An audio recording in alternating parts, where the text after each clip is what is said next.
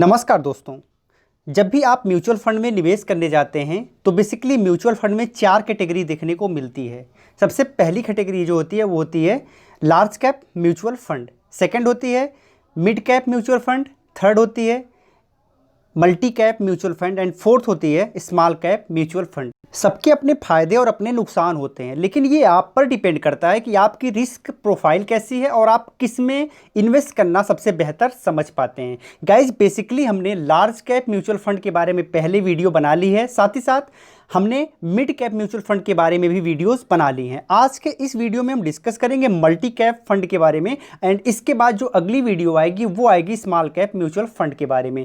तो इस वीडियो में आपको मल्टी कैप फंड के बारे में पूरी जानकारी मिलेगी, साथ ही इसके बेनिफिट्स के बारे में भी जानकारी मिलेगी एंड डिसएडवांटेज के बारे में भी बताया जाएगा। साथ ही साथ टॉप 5 मिड कैप फंड के बारे में भी हम इस वीडियो में आपको बताएं। तो गाइज मैं हूं अशोक सिंह और आप देख रहे हैं अशोक सिंह ओपिनियन चैनल को। चलिए शुरू करते हैं। तो सबसे पहले जानते हैं कि मल्टी कैप फंड होता क्या है। जब कोई fund large cap companies, small cap companies and mid cap companies तीनों को पिक करे तो हम कह सकते हैं कि ये एक मल्टी कैप फंड है, क्योंकि अगर आप स्मॉल कैप फंड लेते हैं तो वो केवल स्मॉल स्टॉक्स को पिक करते हैं, अगर आप लार्ज कैप लेते हैं तो वो केवल लार्ज कैप स्टॉक्स को पिक करते हैं। लेकिन मल्टी कैप में क्या होता है कि इन तीनों की बाइंडिंग होती है। मल्टी कैप फंड बेसिकली आपके पूंजी को बाजार की परिस्थितियों के हिसाब से लार्ज कैप कंपनीज में, मिड कैप कंपनीज में एंड स्मॉल कैप कंपनीज में निवेश करता है। ये पूरी तरह से मल्टी कैप फंड के ऊपर डिपेंड करता है, उसके एसेट मैनेजर के ऊपर डिपेंड करता है कि वो किस हिसाब से और किस समय में किन कंपनियों को पिकअप करे।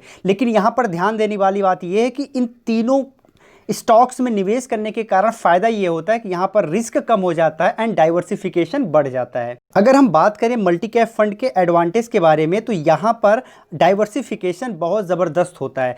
आपको पता है कि यहां पर जो आपका पैसा है वो छोटी कंपनियों में, बड़ी कंपनियों में और मध्यम आकार की कंपनियों में लगाया जाता है, तो यहां पर रिस्क काफ़ी कम हो जाते हैं, रिटर्न के चांसेस भी बढ़ जाते हैं। साथ ही साथ यहां पर एक समय जब मार्केट क्रैश होता है तो ज़रूरी नहीं है कि सारे के सारे स्टॉक्स गिर जाएं, तो इस हिसाब से यहां पर डाइवर्सिफिकेशन का लाभ लॉन्ग टर्म में आपको मिलता है। सेकंड, यहां पर जो सबसे बड़ा फायदा होता है वो होता है लो रिस्क। यहां पर लो रिस्क इसलिए होता है क्योंकि अगर आपने किसी स्मॉल कैप स्टॉक को, स्मॉल कैप फंड को चूज किया है तो स्मॉल कैप स्टॉक्स को ही वो पिक करते हैं एंड जब भी मार्केट में क्रैश आता है तो सबसे पहले स्मॉल कैप स्टॉक्स बहुत तेजी से गिरते हैं, तो यहां पर आपके लॉस के चांसेस बहुत ज़्यादा बढ़ जाते हैं। लेकिन अगर आपने मल्टी कैप फंड में पैसा लगाया है तो यहाँ पर चूंकि आपका पैसा डिस्ट्रीब्यूट होता है स्मॉल कैप में, मीडियम कैप में, इसके अलावा लार्ज कैप में, तो यहाँ पर अगर कोई एक स्टॉक बहुत तेज़ी से गिरता है और दूसरा स्टॉक अगर अपने स्तर पे रहता है और एक स्टॉक बढ़ा होता है तो यहाँ पर आपका रिस्क मैनेज हो जाता है, तो यहाँ पर रिस्क बहुत कम होते हैं। तीसरा फैक्टर है गुड रिटर्न्स का।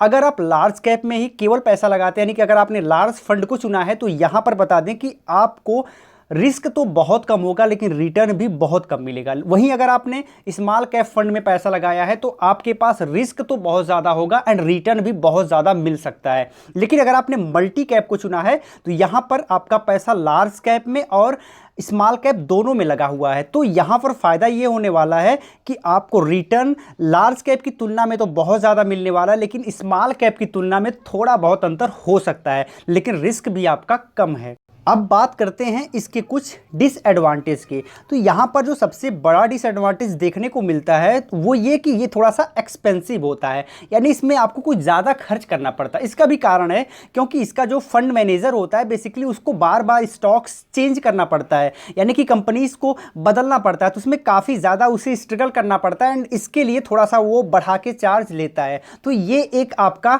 डिसएडवांटेज हम मान सकते हैं। जो सेकेंड एडवांटेज है वो है low return comparison to small cap fund या स्मॉल कैप स्टॉक्स। तो यहाँ पर एक बड़ी बात यह है कि स्मॉल कैप की तुलना में थोड़ा सा रिटर्न आपको कम मिलता है, तो ये भी हम एक डिसएडवांटेज के रूप में ले सकते हैं, लेकिन यहाँ पर रिस्क भी कम है तो ये एक बड़ा एडवांटेज भी हो जाता है। अब हम बात करेंगे टॉप 5 मल्टी कैप फंड के बारे में, जो कि पिछले ईयर में इनका परफॉर्मेंस काफ़ी अच्छा रहा है।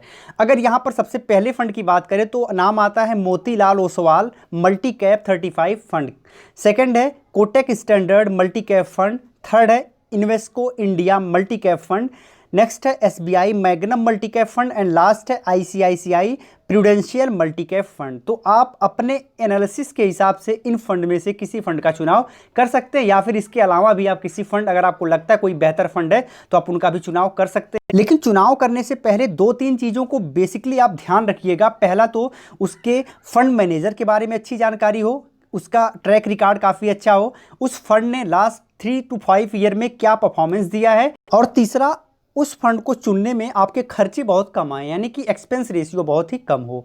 गाइस आप बताइए ये वीडियो आपको कैसी लगी।